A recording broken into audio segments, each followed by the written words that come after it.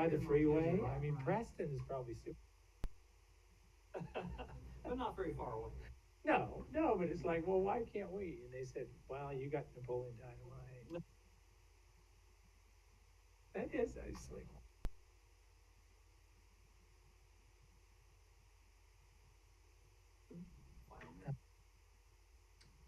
Really?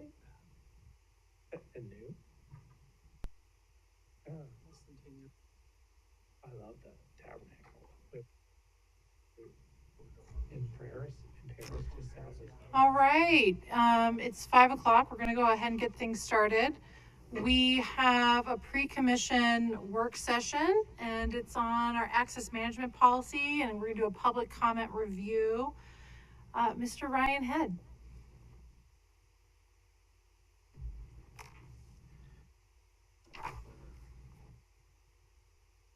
Madam President, Commission, for the record, Ryan Head, Deputy Director of Development and Technical Services, here today to talk about our access management policy and the public comments that we received. We've done a number of meetings over the last few months and just wanted to make sure that you had all this information prior to the continuation of the public hearing, which is scheduled for next week.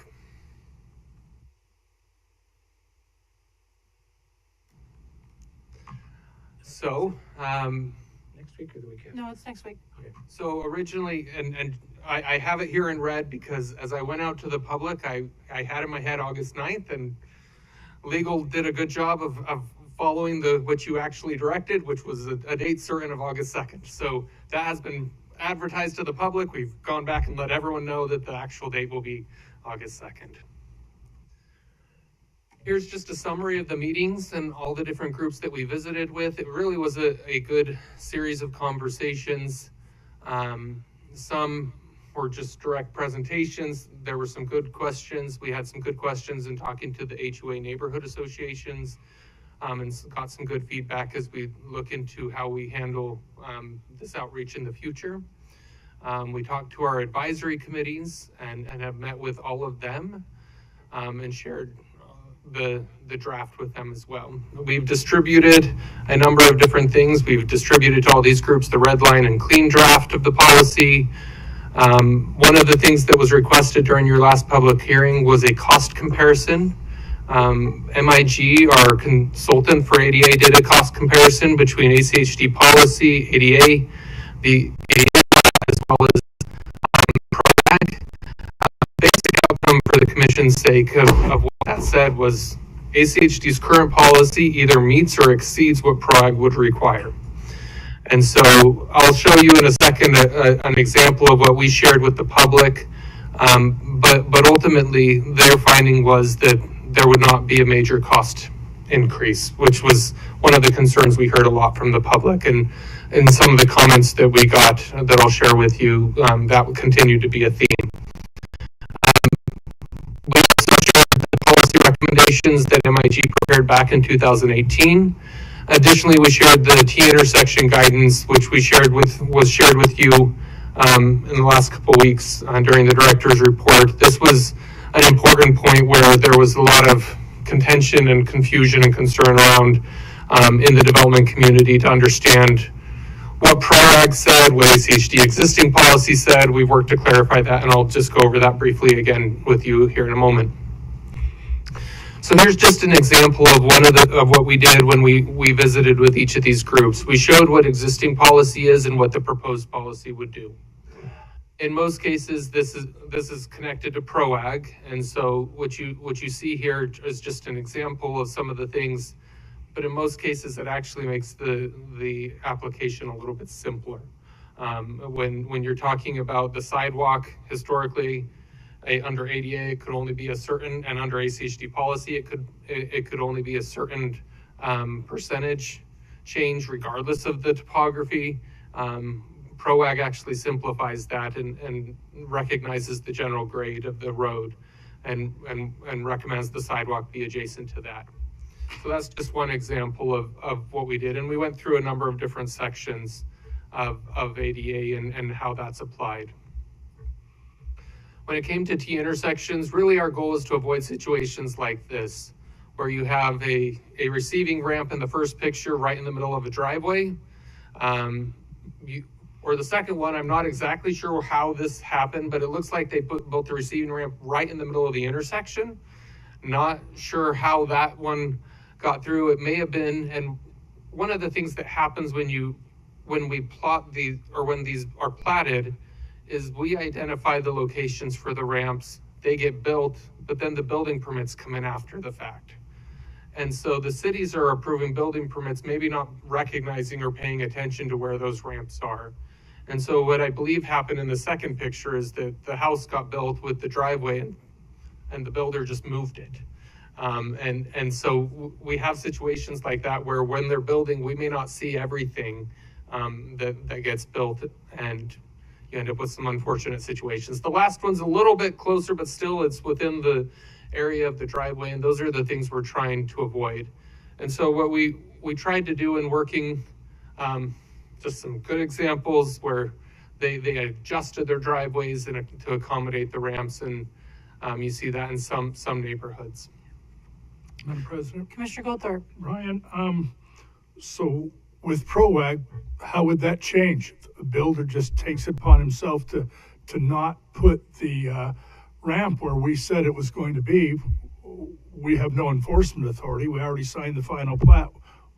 What's going to happen any different? Madam President, Commissioner Goldthorpe, sorry. The reality is the problem and this conversation exists under our existing policy. PROAG wouldn't change that. PROAG gives some guidance in terms of what to do in situations where you close a crossing, but it doesn't necessarily change that situation. That's an existing problem, which is why we went to the extent of trying to clarify how we're going to apply this, because what was going on and what the development community was becoming concerned with is a very strict interpretation of the locations where you would have to have crossings. And in some of the guidance we got from MIG, they indicated and helped us understand that in some cases, when you have a small frontage on your property, say less than 100 feet, if your lot line is right in the center of an intersection, so you can't build in the intersection, then you have your ramp, which takes up 15 to 20 feet, then you have your driveway, which has to be far enough from the property line. It was making the lot undevelopable, and you couldn't meet all the conditions. And so what we tried to clarify with this guidance to our team, as well as what we've shared with the development community, is in those cases where it would make a lot undevelopable, we are not going to require a ramp be built on all 3 legs of an intersection.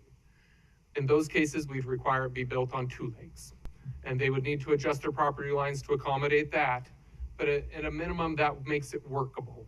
And allows for that and that resolved some concerns. As we talked to the development community, and even in some of the comments we received back, they're like, oh, well, that makes sense. As we've been trying to work through this and trying to work with MIG to really understand how to apply this, I'll be honest, there was a time where we were saying no matter what, it's got to be there, and if you don't do it, you got to put a sign up, which would put a sign in the middle of a driveway, and that doesn't make a lot of sense. Madam President, I just a follow up. So how would that help us to enforce what we signed off on? Yeah, Madam President, Commissioner Goldthorpe, that's really a question of how we apply it in our and how when we're reviewing plans. What we did is we said when there's a lot that has frontage less than 100 feet, we're going to assume that you can't build a ramp on all 3 corners. So I'm so it makes it expecting simpler that our inspectors don't watch for this then. Is that what you're saying? Madam President, Commissioner Goldthorpe, we do, but in some circumstances, when your lot, and historically, your lot is so narrow, they were doing the best they could. And maybe what you saw with the ramp in the middle of a driveway was the best that could be done in that circumstance to still actually have that and apply what we historically you have to have a ramp on all legs of an intersection. by clarifying that that's not what we want, and at least having adequate access by having a ramp on two legs of a T intersection, made it clear, and makes it easier for our inspectors to enforce something, and our design review team to create a situation where you can actually build these lots, have the driveway. I'm not too worried about the design review and how we've approved something. I'm only worried about the enforcement end of it. Well, before you go, Steve, what I'm understanding you say, Ryan, is this allows us to have a better, it clears up what those expectations are so that it's less likely to happen. And if it is going to happen, potentially, I mean, it might be some things that fall through the cracks, right? So maybe that's another piece of the puzzle in terms of communicating to our cities about this is what this looks like, right? In those next phases of the development and design review process, that could be a subsequent conversation we can have once this policy is. Do I have that right? Yeah, Madam President, Steve Price, General Counsel, that's one of the big things is our current policy. If we change the policy, then the land use agencies will be on notice, and in terms of lot and separation, they'll have notice, and that was one of the key reasons why we've gone to this. Okay, I still don't understand if notice is such a big deal, why they haven't read our plats already. Madam President, Commissioner Goldthorpe, one of the things that we are going to add is a plat note that indicates and that no driveway should be built where a ramp exists. But by adjusting our approach, we're also taking into account what's reasonable and making our application more reasonable, which will address the implementation and the inspection side of things. We won't have as many situations where you're building it in the way that came across in the bad examples. Thank you, Ryan. And so, Madam President, and Commission, this was explained to the groups and shared with all of those different agencies. So, with all the outreach, we were successful at getting 3 comments, 3 letters that have come back.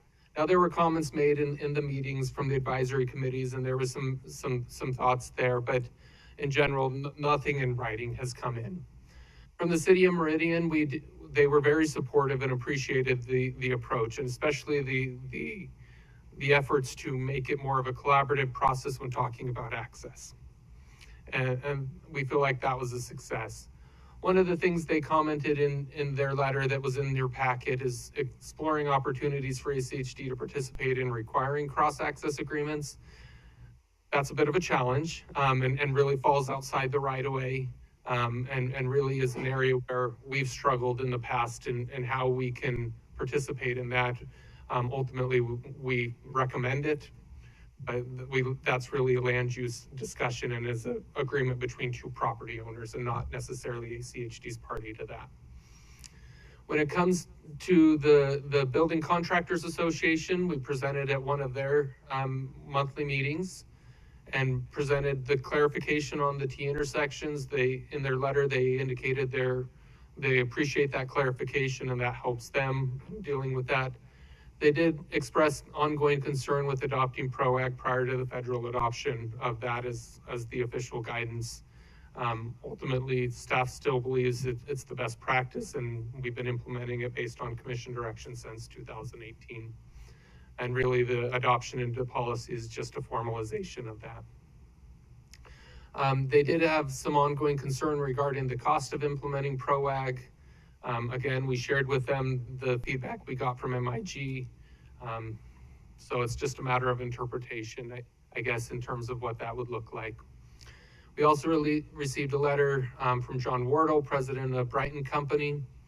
Again, expressing some ongoing concerns with PROAG adoption by reference into ACHD policy, recommending, again, as was shared in the comments that were made during the last public hearing, that be adopted piece by piece and written out into policy, the parts that we like, I guess you could say. They also requested that ACHD provide more guidance in the policy on how we'll be flexible in implementing these things. I feel more comfortable as overseeing my team and providing the guidance kind of documents that we've given, where we say, here's how you'll apply this, as opposed to putting something in writing where we say, here's your flexibility and where you can or shouldn't follow the law. That gets a little bit hairy in writing that out, because it is a case-by-case situation and looking at a development. John also requested additional cost breakdown. He gave a few examples that spelled out situations where he felt like it would be more expensive. Some of those situations were with regards to ADA parking. In the situations that he documented, it really has to do with places where you have marked stalls for on-street parking, which really in Ada County only comes into effect in downtown areas. And in those areas where you have a marked ADA stall, that's implemented and required by the cities. It's not, and the placement of those is not a requirement of ACHD. It's simply when the cities want marked stalls for metering or for other things, that they have a requirement, a certain number have to be ADA or accessible stalls. And it is true that there may be some additional land requirements, but those are situations where you'd want to make sure that they're accessible. If that's the only option people have is to park on the street, those are appropriate. But in your residential neighborhoods, in places where you have on-site parking lots on the lot, that wouldn't apply. And that wouldn't change any of the requirements that are currently in effect. When you don't have marked stalls, that doesn't apply. He mentioned a few other examples there, which most of them, again, are situations that are implemented either under conditions of the land use agency or we don't believe would have a major impact on cost. Just being honest. Last, he recommended that there be a standing committee, that ACHD develop a formal schedule for updating policies. A lot of cities update their comprehensive plan once every 6 months. I think that's the basis, what he's recommending there. As this has been handled, staff is confident and comfortable with the recommendations that have been made and with the policy as it's drafted. And as such, recommend we move forward to a public hearing next week, and the commission take any additional public testimony and consider that for adoption. With that, I'll stand for any questions. Thank you, Ryan, so much. And I just want to call out, if any of the commissioners haven't had a chance to read the MIG response, I thought it was exceptionally well written and informative, like truly, especially something I think for a lot of us, and I think, this is not an arena that we're experts in, right? And so it's extremely beneficial to me to hear and see in really plain language how this would impact, how this relates to the policy at hand, how we've already gone above and beyond in other aspects of our work. So I just want to commend you, Ryan, and our staff for engaging them to get some expert advice on how this actually plays out, because I think that was really impactful to me in helping me understand and quantify some of these concerns that other partners might be having. So just kudos to you for doing that. That helps us make better decisions. And thank you to our legal team who's run that interaction. Yeah, that was great. Okay, Commissioners. Commissioner McKinney. Yes, Ryan, just wanted to go back to the comment about flexibility and how in Mr. Wardle's letter, he asked about that. How is it going to be applied flexibly? And I guess, let me make sure if I understood exactly what you're saying. What you're saying is we're hesitant to put in the policy details about the flexibility because that would tie things down and make it too narrow. Is that what you're saying there? Help me understand. Commissioner McKinney, ADA is applied on a case-by-case basis. It has to deal with topography. It has to deal. There's certain standards you always are trying to meet.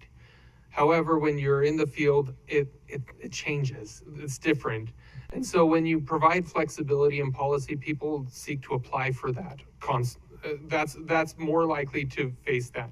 We'd rather that staff understand the policy, and then when they're reviewing plans or in the field looking at this, that's when they make the decision, and we document those exceptions, and that's what we handle, as opposed to having it written out in policy saying in every situation and condition when you would provide an exception. It gets a little bit too detailed into policy. Policy, in my opinion, is better when it's at a high level. When it gives you a broad overview. For instance, the draft policy just says it adopts PROAG as our guiding document.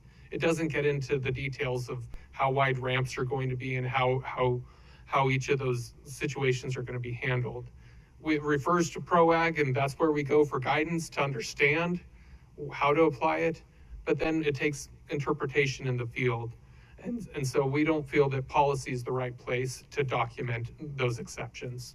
Well, and I guess, and I can understand what you're saying. The challenge, of course, is that for a developer or any other person who's contemplating a major expenditure on a development project or what have you, they want specificity because they want to know ahead of time what's coming. They want to know what to expect. And we, of course, as you're saying, you're talking about the reasons to be general.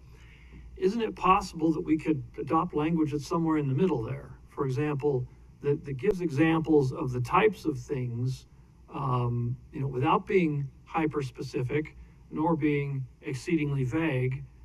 We could have something in the middle. I mean, I do that all the time with language. I draft patent claims, and you can do a really specific patent claim, or a really general one, or something in the middle. And our language allows for that sort of thing. And I would think that developers would want to have, enough guidance that gives them a better idea of what to expect, but without going to such excruciating detail that we limit our ability to deal with unforeseen circumstances. Wouldn't that be possible? Madam President, Commissioner McKinney, we do some of that already through our standard drawings. We have standard drawings out there that indicate here's a ramp example, and here's how this can go into play.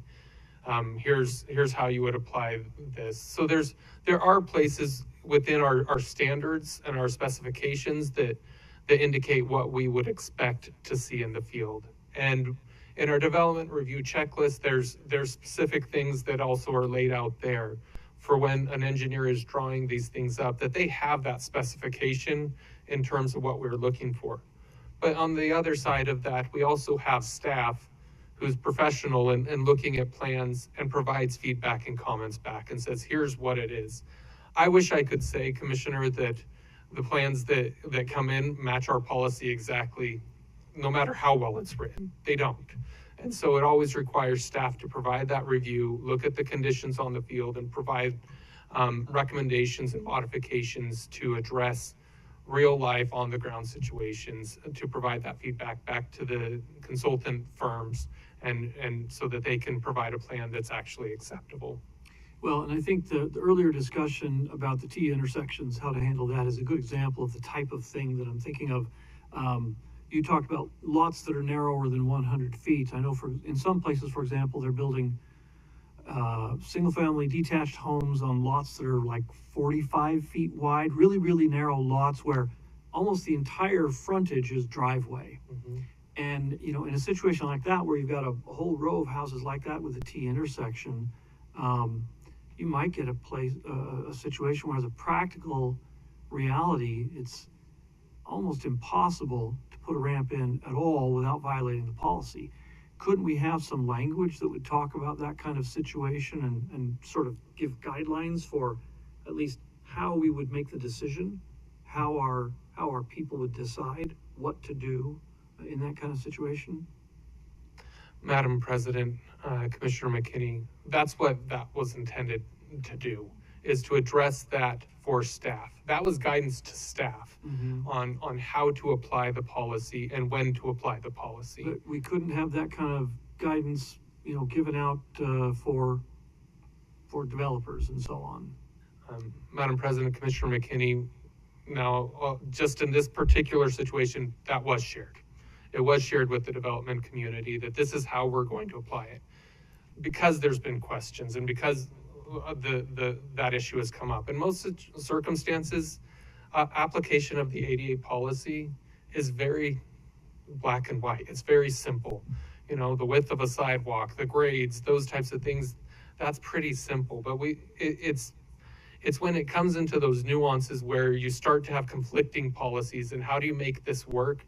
That's where we have to review those situations as they come up, explore options, and then provide the guidance. It's hard to have the foresight to see all of those issues that will come up, and then write them down now. But we do believe that having some guidance, having some types of tools like this, I have no concerns with posting that information in our specifications area and where our standard drawings are, that clarifies that piece of the policy, and where they would apply the ramps. Those things are fine, and we can post those, but they're not written in policy. They're written out. The policy refers to what guidance we will use, but doesn't spell it out in policy of when we're going to have those exceptions. Are those sorts of things where there is an exception made going to be made available sort of on an ongoing basis, so we have a catalog that developers could look at and say, here's the way this sort of thing has been handled in the past, so we think it's likely to be handled that way here in this situation? Is that all going to be available? Madam President, Commissioner McKinney, at the Commission's direction, we're happy to have that posted on ACHD's website where our standard specifications are as well. We're happy to do that. Thank you. Madam President. Commissioner Hanson. And Ryan, thanks. I just really want to express my deep appreciation. You know, sometimes it gets smoky or confusing as to how things are going to operate. And the whole goal was to make sure that, because of the expertise of your staff and the expertise of a lot of people on developers' staffs, understand they want to build livable communities for people who have disabilities, that really, you know, we start to narrow it down to a couple of tiny things. And when I was reading Mr. Wardle's letter and the descriptions about the disability accessible parking spots, I got a little confused because I don't remember ever seeing there's none in my neighborhood that designated spots, and that's an old neighborhood. And I don't remember ever seeing on plats that have come through, that mostly they happen in the older parts of they're created with the parking lots, or as like you say, if it's on a public street, it's you know, like in a downtown area. So I really appreciate you clarify for that, because I was going to ask you a question about, do you know what he's talking about?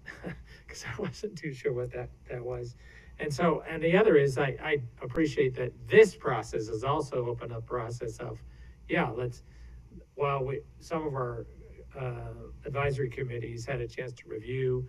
Apparently the Developers Advisory Committee process wasn't quite in sync, and now it is, or at least we're in that process, so that they have that role, they have that avenue on the larger picture as new updates occur. They have a way of participating. And so I really appreciate just the whole course in which the professional way in which you've approached that, and the fact that I think we've learned a lot.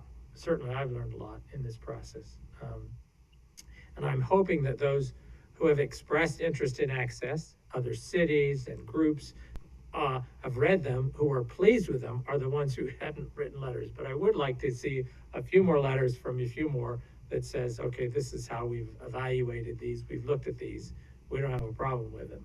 Sometimes, you know, if someone doesn't have a problem with something, they really like it, they don't bother to then take the next step and write a letter and say, thank you. So I hope that happens. Yeah, I just want to say thank you, Ryan. Thank you for your responses to these questions too by the commission. It's really helpful for us. And I was just thinking too, generally speaking, I think that catalog idea, Commissioner McKinney, is a great one.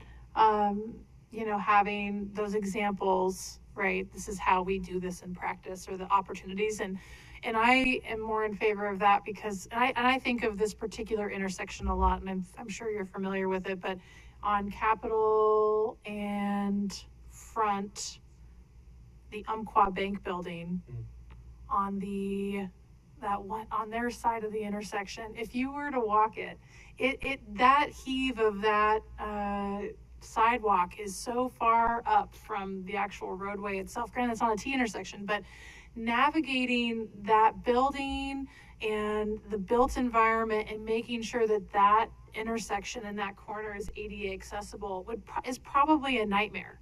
And so I feel like in those types of instances when we're thinking, okay, yes, specificity would be helpful, but I think in cases like this, in that intersection and in that corner, that property, if we are so specific, we're going to give the developer, potentially the wrong advice on how to do that intersection, which then costs us more money, it costs them more money, and it decreases safety, right, which is the whole goal. And so I totally understand, like, everyone wants certainty, but to your point, each context has very unique nuances, or these lines and these development sizes, right? There's specifics that we can't predict in these policies, and I would hate to see us, in the essence of being too specific, create additional problems that we didn't foresee.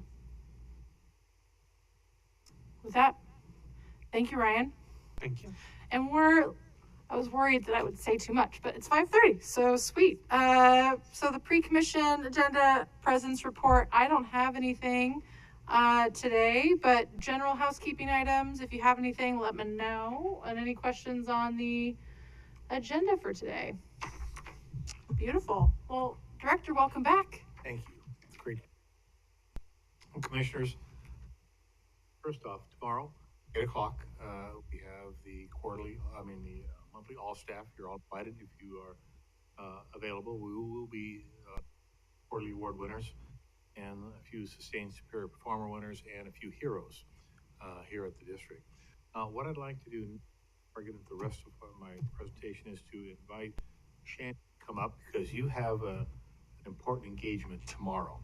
And I want to make sure that we are providing all the pluses for your consideration. Shandy?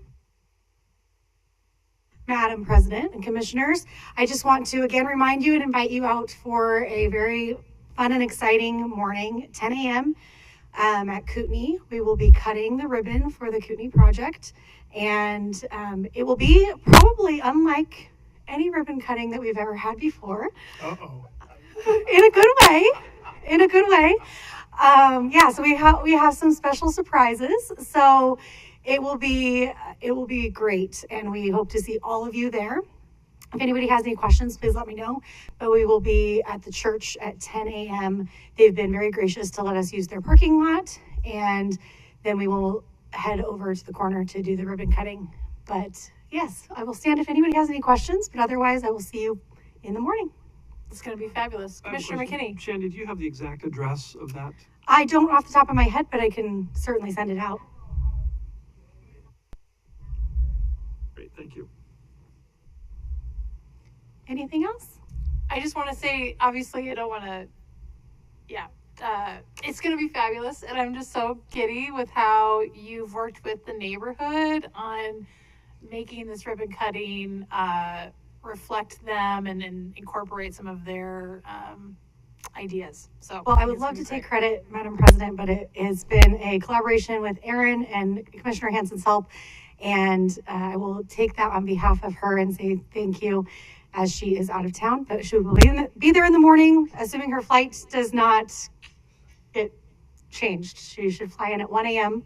Tomorrow morning, take a little cat nap, and then head that way. So Beautiful. Thank you.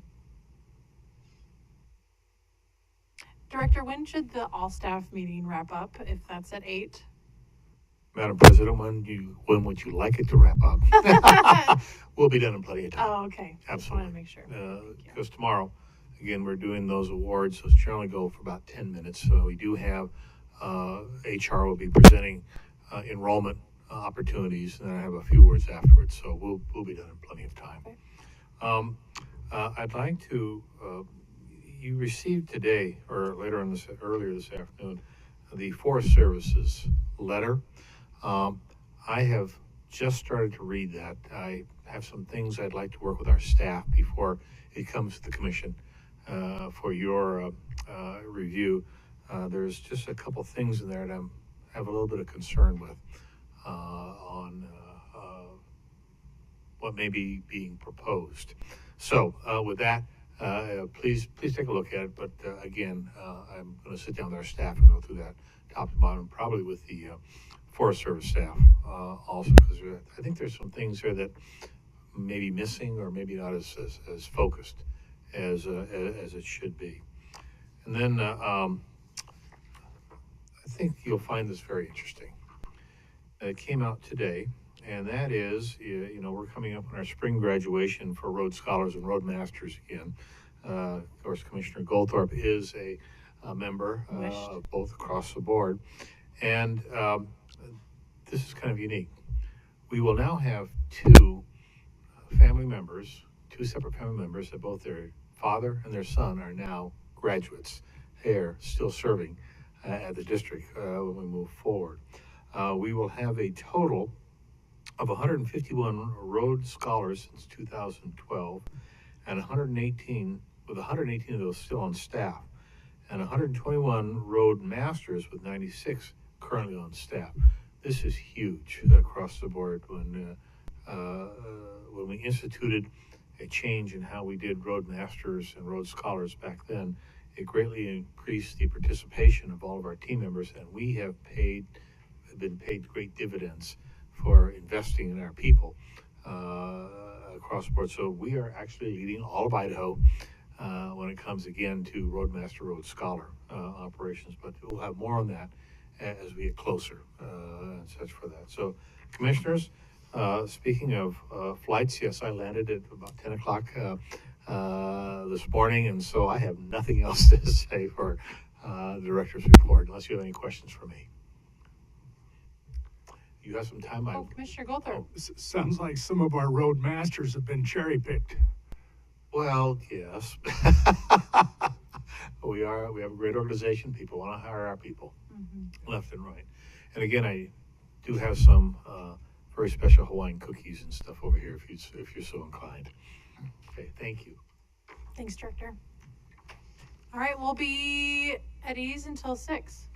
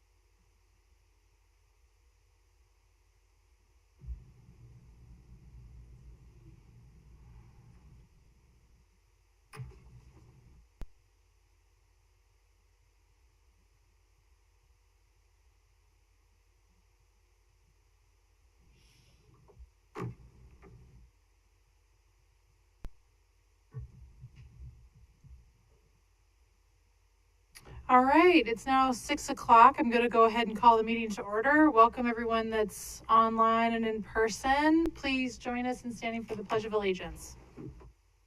I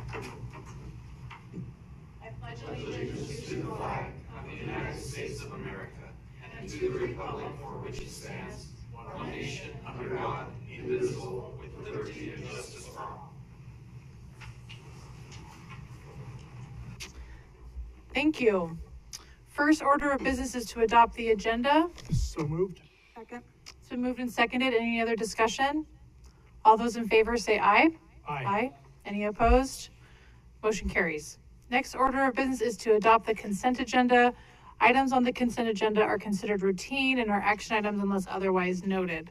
The consent agenda is enacted by one motion. There is no separate discussion on the items on the consent agenda. If a commissioner or citizen would like, they may request any item be removed from the consent agenda and placed on the regular agenda.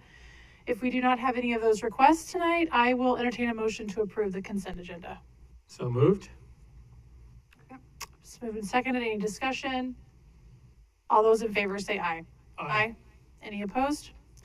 Motion carries. All right, moving on to the regular agenda. First item of business is the fiscal year 23 quarter 3 impact fee program balance. Welcome, Ms. Christine Tandler. Good morning, Madam President. For the record, Christine Tandler, Budget Manager at the Highway District. Here to present quarter 3 program balance for impact fees. We began the fiscal year at just $9.7 million. We have collected $15.3 million and expended $14.7 million in impact fee eligible costs, ending our third quarter at $10.6 million. The main impact fee projects have to do with right-of-way on Lake Hazel and Eagle, Lake Hazel and Cloverdale, and Lake Hazel and Maple Grove. And then the construction of the Locust Grove Victory to Overland and Locust Grove Victory intersection. Excuse me, bless you. Extraordinary impact fees, we began the year at $2.8 million, and we're ending the year at $3.1 million. In accordance with the ordinance 246A, the impact fee program has, the loan has been repaid and the program has a balance of 10.6. I will stand for questions. Thank you, Christine. Commissioners, any questions for Christine? All right. Moving on to item number 2, fiscal year 23 second budget adjustment. Ms. Christine Tandler.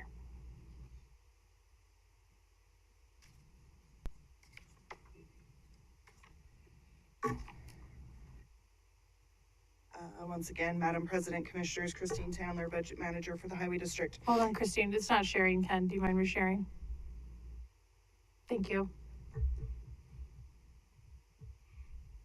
Beautiful.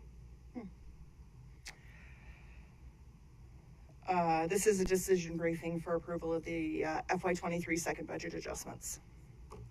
So current revenue after first approved adjustments is $192.7 million. We do have several adjustments reducing the proposed revenue to $177 million. Bulk of that being slowdown in impact fee revenue, which is also reflected in the FY24 and forward budget years. Future facility reservations, so that has to do with now that we are on schedule and have broken ground on the new traffic facility. That's the bulk of that reduction related to that. We have seen an increase in interest revenue of $2.5 million. And then commuter ride adjustments, those are, it's mostly related to a reduction in the federal aid. And then there's also a corresponding reduction on the expense side, excuse me, for that, just because due to the unavailability of vans for that. So we reduce the expense and the revenue side to maintain the balanced nature of commuter ride. Madam President. Commissioner McKinney. Sorry, Christine, I don't mean to interrupt. Could we go back to that page? Just help me understand the future facility reservation amount. Was that something that we didn't anticipate? I thought that was anticipated, and help me understand why there's a $9 million reduction because of that. Madam President, Commissioner McKinney, so in the original FY23 budget, we had anticipated to spend about $13 million related to the traffic operations center construction with trued up design, and then it getting more solidified schedule related to that happened after first adjustments, but most of the expenditure is going to happen in FY24. So there is the $9 million reduction on the revenue side because we're using a reservation. And then there's a corresponding reduction on the expense side, and a bulk of that being in FY24. So we're anticipating from the construction perspective for the Traffic Operations Center, $4 million in FY23, $23 million, I believe, in FY24, and then currently proposed $4 million in FY25 for any remaining costs associated with the construction of that facility. Okay, I guess, and I'm not an accountant, so this is sort of a foreign language for me in some respects. Help me understand why the $9 million in revenue, how does the Traffic Operations Center, how did that give us an expectation of $9 million on the revenue side?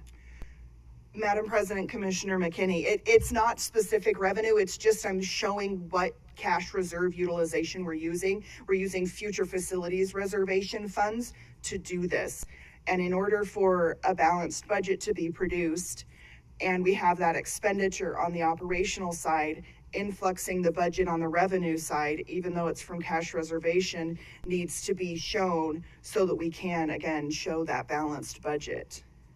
I see, so that was just allocating, here's money that we have, it's allocated to this project, and so it shows up on the revenue side and on the expense side. Correct. But since it's being built later than anticipated, that revenue and expense numbers are being pushed later. Is that what what's happening? Madam President, Commissioner McKinney, that's absolutely true. Yes. So right. This has to do with one of the things that I show as we go through our budget process for each year, and I show new revenue, and then I show carry forward funds, or I show reservation utilization.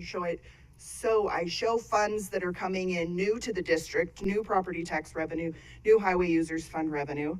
And then I show these additional costs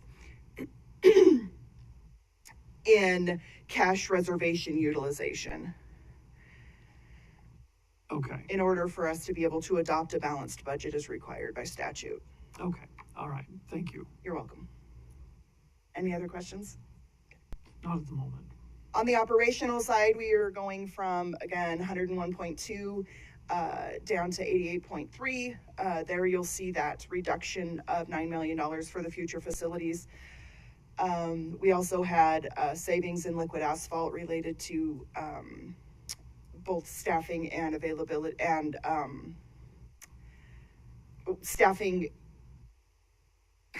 sorry, staffing for temporaries, and the CHIPS has to do with the lower bid that came in than anticipated. The capital budget, I apologize for this being so small, originally was budgeted at $82.8 million after first adjusted, and we're going down to $80 million. Some $10 million is being rescheduled into FY24. That list is attached to the packet on the agenda. And also the $9.6 million of projects is already included in the FY24 capital budget expenditures. As you can see, we have several various adjustments related to construction and right-of-way. We had some pretty significant right-of-way opportunities on priority corridors that we are pushing forward to get completed this year. All right, commuter aid summary. Again, the net reduction of just under $600,000. Bulk of that being the van purchase. Then the van repairs were increased at first adjustments, and so this is just truing up all of those expenditures to balance to the revenue anticipated. So the summary is showing a proposed revenue of 177 million and a proposed expenditure of 172 million. That variance is $5 million. So we've got the 9.6 million we're proposing to move into FY24, as has been presented in the FY24 draft budget. And then also with all of those significant right-of-way purchases, we're proposing to pull 3.9 million out of priority corridor funds for FY23 to complete those purchases in order to keep several of those projects on track for construction. Staff recommends approval of the FY23 second budget adjustments as outlined. I will stand for questions. Thank you, Christine. Questions for Christine? Commissioner McKinney? If I may, Christine, so, step back and characterize this big picture. What does all of this mean when we run all these numbers? Overall, what's happening to our budget in general? Our revenues sort of are on the decline, is that what's happening in many respects? And so we're having to push off projects to the future a little more than we anticipated. Madam President, Commissioner McKinney, so our revenues, oops, hang on, let me get my right memo. Our revenues are showing a decrease. Most of it, or a bulk of it, related to projects pushing into FY24. Correspondingly, some expenditures have decreased. This is a true up that we do. We do these twice a year in order for kind of better tracking and better budget management of the overall highway district's budget. Again, one of the things that it kind of gets increasingly more difficult the bigger we get and the more nuances there are. So we do these two adjustments. We're required by statute to always adopt a balanced budget. So this allows for me to verify that what I'm showing as us coming in and bringing in revenue matches what we're anticipating to spend and utilizing the appropriate amounts of cash reserves. I work with Sherwin to ensure that we have that.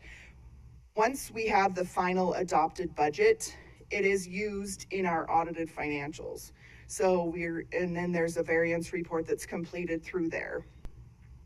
Okay, so bottom line conclusion, if you had to characterize the budget situation or the entire financial situation of the district, how would you put it into one short sentence? Well, it's probably the most important thing the district does, right? Isn't that what I'm supposed to say? No, and I understand, no, but the, not as importance, but the overall condition, trend, et cetera. Oh, right. So I would say that we have a very thorough, very detailed budget in comparison to several other agencies. When I have gone to trainings and stuff for other governmental agencies, we tend to have a more of a detailed perspective, even though being a special jurisdiction, it's not uncommon for 50% of our budget to be toward capital improvements because we are a highway district. So we have a significant capital budget.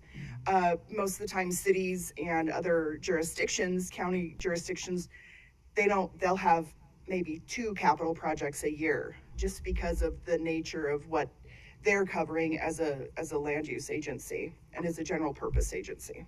Okay, but I guess, are there any aspects of the budgetary situation where you would, anything that suggests any warnings, any concerns, any, looking toward the future? Do we have any problem areas to be concerned about?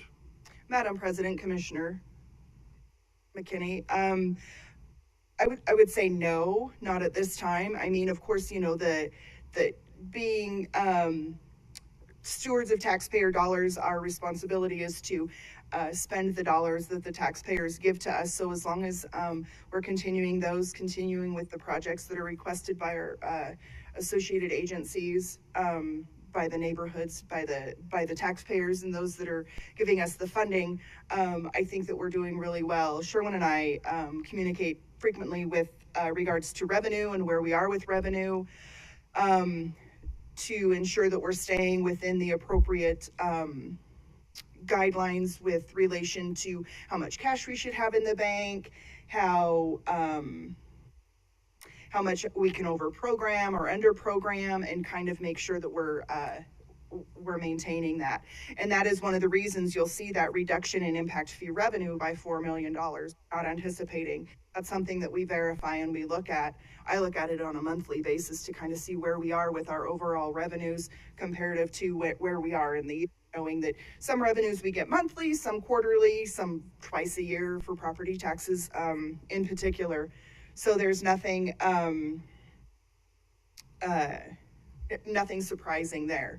And then with impact fees, also then I look at that for going forward for 24 and beyond, to see where we're going to be with those revenues. And then communicating, of course, with other experts in development and technical services and stuff to ensure that I kind of have my finger in the ish world of that.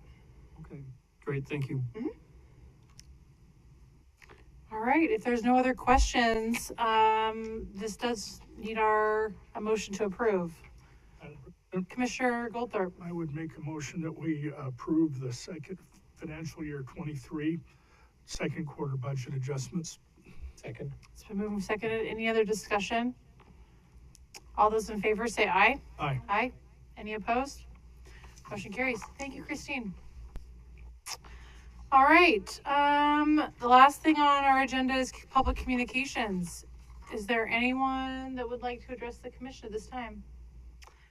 It does not look like it. Okay. Well then, in that case, meeting adjourned.